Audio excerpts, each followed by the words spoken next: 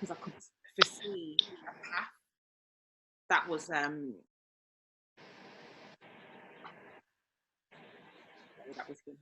He's saying bye, he's going to his friends.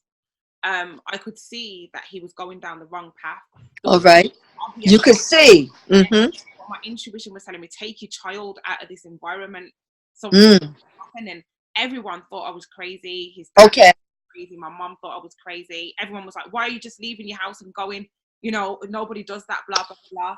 However, as time went on, the evidence started to come that he was going to get into some serious problems. And your story inspired me and made me feel grounded when I introduced him last night. I was like, oh my gosh, if Queen Afua did that, then I have that same kind of, you know, energy. Absolutely. That mother conversation, you know, made me not feel crazy. You know, it made me realize that actually, you know, as a mother, you do have that intuition and you do need to follow it regardless what anybody else is saying. Exactly.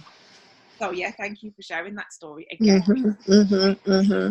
And you know, that's when you said about what do we do about that? Trust our instinct, trust our spirit. So when it comes to you, you know, that first message we always get, and then if we don't listen, you know, we end up saying, I should have what?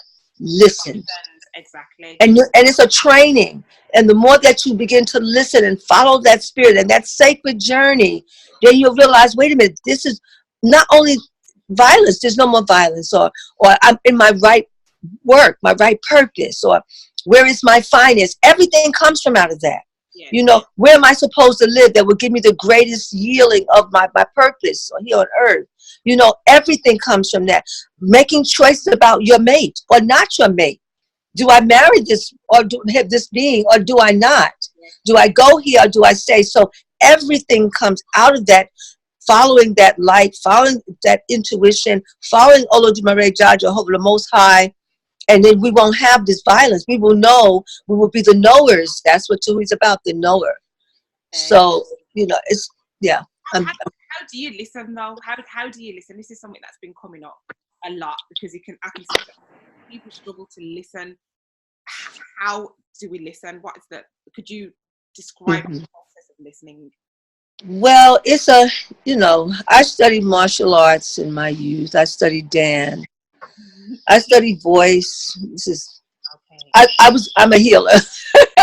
But I also learned that a healer has all these art forms in them as African culture. We didn't just heal with herbs. We healed with dance and song. We heal with meditation. We heal with listening from within. So it's a training. It's a rites of passage. You can try to do the shortcut, but there's really no shortcut. You have to really go through the gateways. Our body has all these messages in them, different parts of our being. And this is our spiritual anatomy, the gateway. So the first gateway to become in tune, you are a divine instrument of the Most High. And so you have to come into alignment, attunement, to have the confidence to begin to even share with others how to find their way, how to activate that intuition. Now you can do basic, simple, then I'm going to talk you through the gates. But your basic simplicity of it is take a breath, several breaths, and relax deeply. You might have taken a healing bath so you can really relax, maybe 1 pound of Dead Sea salt, Epsom salt, or go to the ocean. Yeah. But just relax in water. Water is an equalizer. It's a stabilizer. It's a harmonizer. So whether you're fasting, drinking the water, bathing in water, the quickest way is bathing in water for 20, 30 minutes. Soak, light your white candle for clear vision or light the candle in your heart, and just let go of the world. Now, you can ask any question in the water or after you come out of the bath, and you'll get a clearer answer during or after than before. We're made up of 75% water. So when we get into the water, we get very in tune. And so we just ask the question while in the water or after the bath or after 24 hours of drinking 6 ounces of water, morning, midday, afternoon, sunset. You ask to get up at 4 in the morning when your super consciousness is there that you can hear and ask a question about anything in your life. That's the beginning of the practice. And then whatever comes to you, the first thing that comes to you, write that down and then follow it. Or write down what you see and then do the opposite and see what happens. You'd be like, oh my gosh, I should have done what?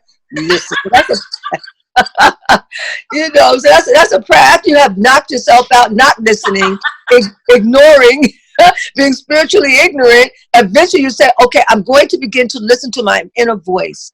I hear it, and the more you hear it, the more you will listen, and the stronger it becomes as an instrument. It becomes fine-tuned. Yes. Now, even that is going to not be enough for most. So that's when you go through the gateways. And some will read the book, but I say, come into the rites of passage where I can actually cultivate you. And the circle of sisters also cultivates each other.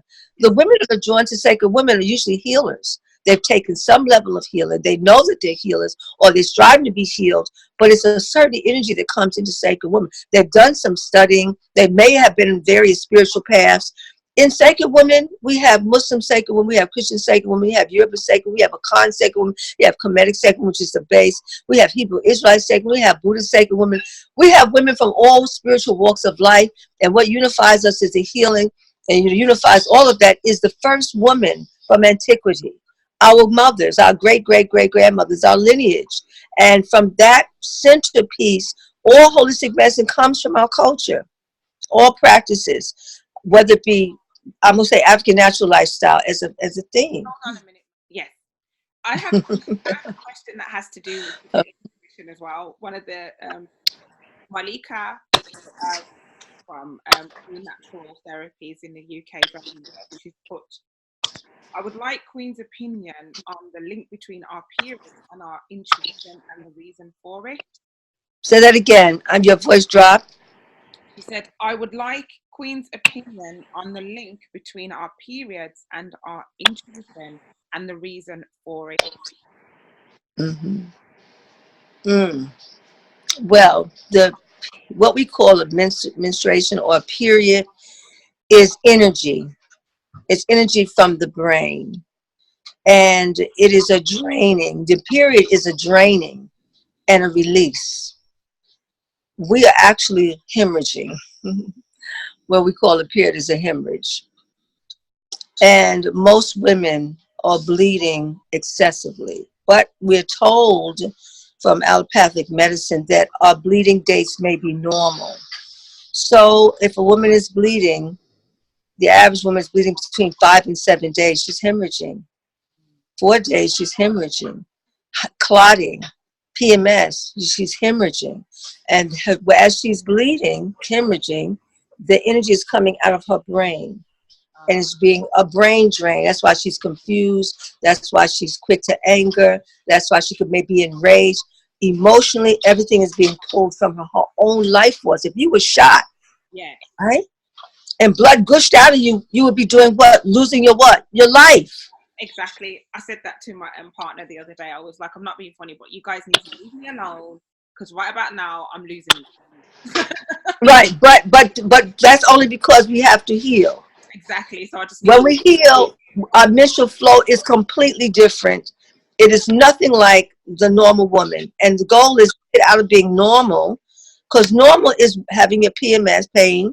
Normal is some clotting. Normal is a vaginal discharge. That's the norm. Normal is bleeding 4, 5, 6, 7 days. Some women are bleeding twice a month. That is the norm. With that is a fibroid tumor. With that is rage and stress and anxiety.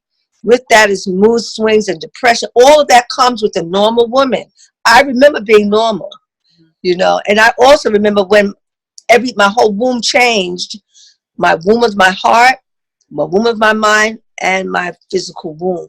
So when you speak of intuition, the more you bleed, the less you'll have the access to your intuition. The less you will trust yourself. And because you're not well, we need to get well, we're sick. So we have to detox. When you begin to detox, it will take 12 weeks to get a handle on what this is all about.